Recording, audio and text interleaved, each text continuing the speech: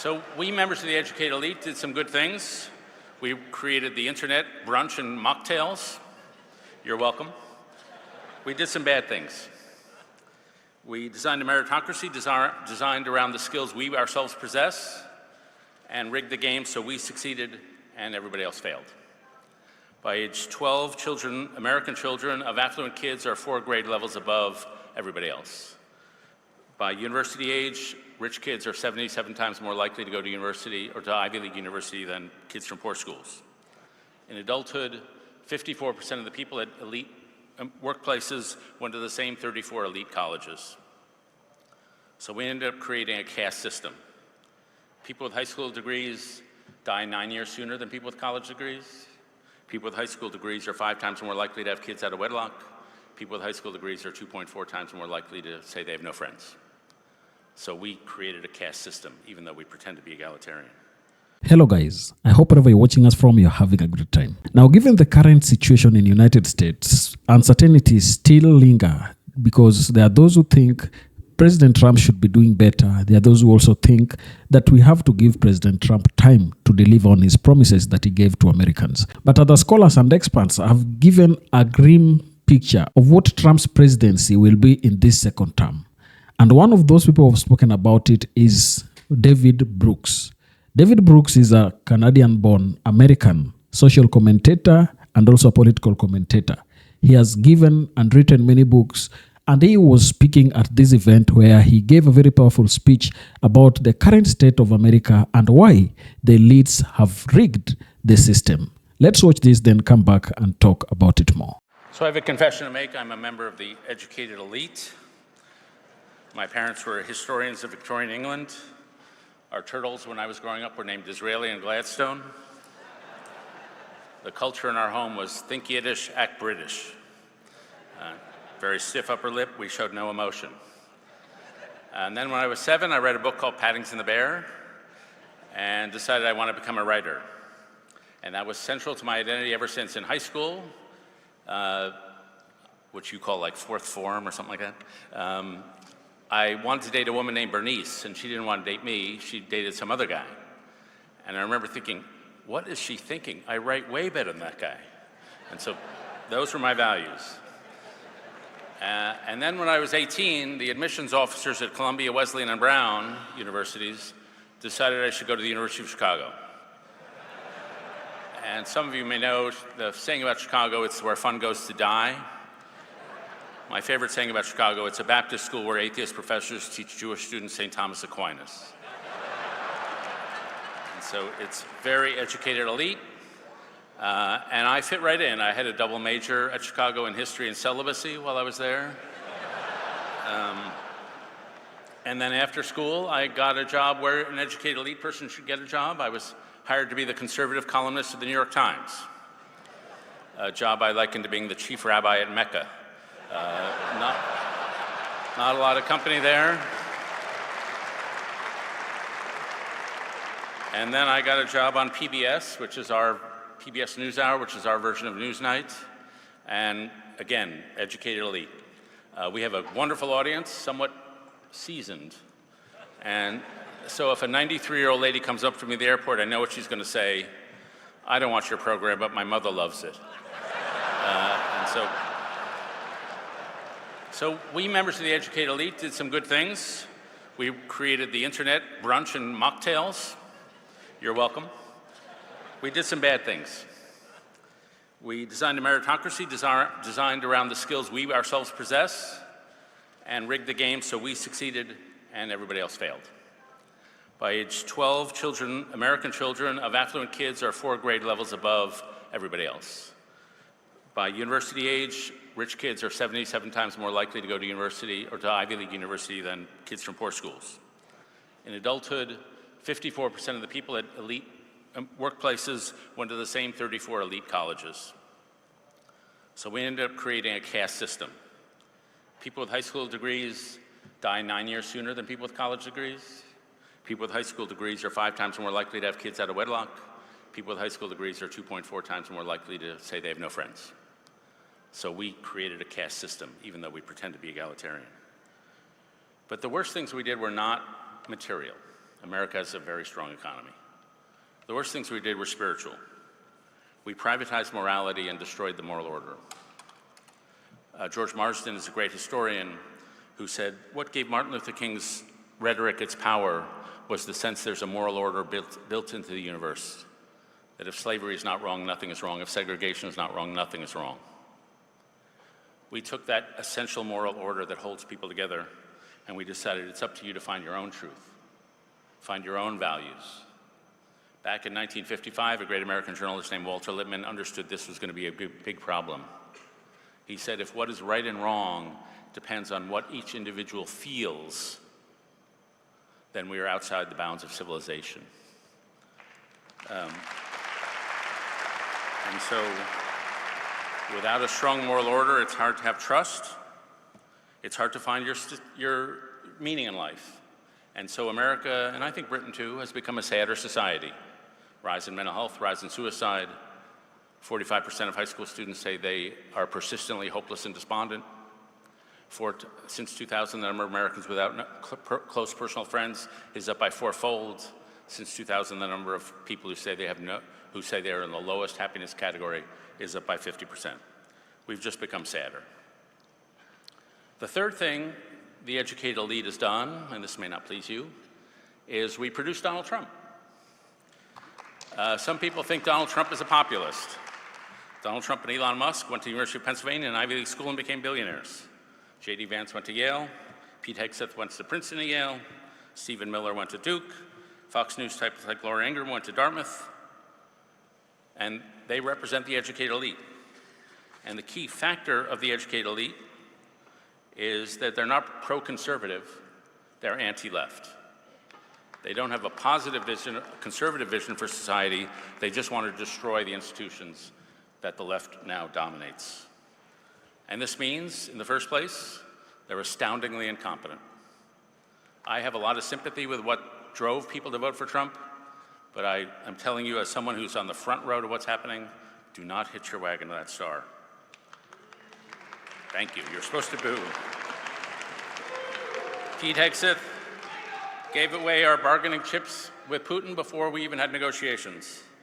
Elon Musk has 25-year-olds firing people who are controlling our nuclear codes. It's like Sam Bankman-Fried got control of our nuclear arsenal. Second, elite narcissism causes them to eviscerate every belief system they touch. Conservatives believe in healthy societies are built on healthy institutions. They're anti-institutionals. Conservatives believe in steady and gradual change, Edmund Burke. They're disruption. Conservatives believe in constitutional government. Donald Trump says, I alone can fix this. Conservatives believe in moral norms. They're destroying moral norms.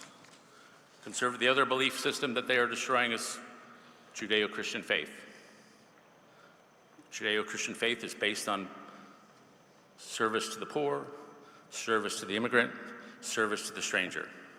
I went to Namibia, South Africa throughout the 1990s and 2000s, and I watched people die of AIDS. Then I went back with my friend Mike Gerson, and I saw those 25 million lives saved. I saw people living lives of dignity. And so what's the first thing Donald Trump did? He eviscerated that program. My friends in America are conservative evangelicals in government who want to fight sex trafficking, poverty. They want to preserve national security. Donald Trump is declaring war on those Christians. So I've described three different things we educated elites brought you. We destroyed the social fabric through inequality. We destroyed the moral fabric through privatizing morality.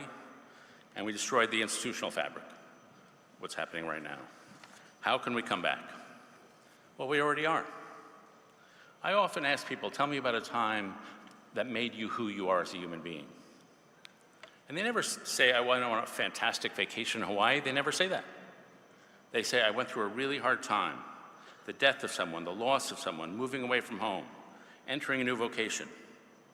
Paul Tillich, the theologian, said those moments of suffering interrupt your life and they remind you you're not the person you thought they were. They carve through the floor of your basement of your soul and they reveal a cavity below, and they carve through that floor, and they reveal a cavity below. In moments of suffering, you see yourself in a more deep way than you ever did before. And in those moments of suffering, you can either be broken or you can be broken open. And people who are transformed decide, I'm going to be broken open.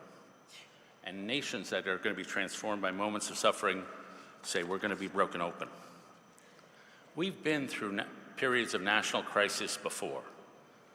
Across the world, nations have constantly hit a spiritual and cultural crisis and then revived. This country between 1820 and 1848. I was here in the 1980s. Britain recovered in the 1980s. Australia in the 1970s, Germany and Japan after World War II, South Korea in the 1980s, Rwanda after 1994, Chile in the 1990s. My own country, we've done this again and again. We've grown not through a happy, merry ride. We've grown through a process of rupture and repair when society and culture is in crisis and we figure it out. 1770s, the old colonial order had to go. Sorry. 1830s, the East Coast elite had too much power. Andrew Jackson brought in an era of populism. 1860s, the slavery order had to go. Abraham Lincoln brought forth national redemption. 1890s, we had failed at industrialization. We had a civic renaissance of all these civic organizations that filled in the hole and created a sane society. 1960s, the conformist culture of the 1950s had to go. And we had the changes that came there. The temptation of those who don't read history is to think this time is different. We're in another period of rupture and repair. We have spiritual resources. I'm a conservative. I believe that we are inheritors of a great spiritual legacy, what Michael Oakeshott called the Great Conversation. We have the voice of Genesis, that we're all made in God's image. That's the foundation of democracy. We have the voice of Exodus, that we wander through the wilderness and eventually get to the promised land. We have the voice of Jesus, even if you're not Christian. Blessed are the meek, blessed are the poor in spirit. That's a source of great strength. In my country, we have the voice of Alexander Hamilton. Poor boys and girls should rise and succeed. We have the voice of Edmund Burke, that we should be modest about what we can know because culture is really complicated and we should operate on society the way we would operate on our Father, gradually and carefully. We have the voice of John Stuart Mill. We value diversity and pluralism because it leads to what he called adventures in living. When you have a spiritual, moral, and relational crisis, the job is to shift the culture. And we are moving, I think, from a hyper-individualistic culture the last 60 years toward a communal culture. I didn't like the social justice movement, but it was an attempt to find community. I'm not particularly a big fan of MAGA, but it's an attempt to find community. Culture change is about a shifting of the heart. It's about providing new answers to the question, how should I live my life? It's about soulcraft. And it isn't done the way you do political change. Culture change works differently. It's done, as Walter Bagehot put it, if you want to win people over, enjoy the things that conservatives enjoy. Culture changes when a creative minority find a beautiful way to live. Culture changes when a small group of people find a better way to live and the rest of us copy. That's the story of the early church. It's the story of the Clapham sect. They weren't my cup of tea, but it's the story of Bloomsbury. I was mentored by William F. Buckley. It's the story of the conservative movement in America. Culture changes on a personal level when we relate to each other with attentive and generous gaze. Simone Weil said, attention is the purest form of generosity. Culture changes on a spiritual level. T.S. Eliot said, you can't create a system so perfect that the people in it don't have to be good. It's when you put moral formation at the center of your society. And finally, it happens at the civic level. When 1,000 voices and 1,000 different organizations create civic institutions that provide healing and relationship in society. That's how culture changes. I was at a bar about 2 months after October 7th. And if you had seen me there, you would have thought, sad guy drinking alone. I call it reporting. So I'm scrolling through Twitter, and it has all these brutal images from the Middle East. But I come across a video of James Baldwin. And he says, you know, there isn't as much humanity as one would like, but there's enough. And what you've got to remember is that when you walk down the street, every person you meet, you could be that person. That could be you. You could be that monster. You could be that saint. And you have to decide who you're going to be. Now, James Baldwin was treated shabbily by my society because of his race and other things. But he had a right to be bitter. But even in that circumstance, he uttered the ultimate humanist statement. You could be that person could be you. And the phrase that rang in my head when I heard that was defiant humanism. That even in harsh and brutal times, we're called upon to see each other in the fullest, deepest, and most respectful way that God imagined that they would be seen. Thank you very much. Now, after listening to David Brooks give that speech, what's your opinion? Do you side with them? Do you think President Trump has some issues that he has to sort out? Tell me down in the comment section what you think about it. And if you're watching us for the first time, don't forget to subscribe to our channel, like this video, and also share. Thank you, and may the good Lord bless you. Goodbye.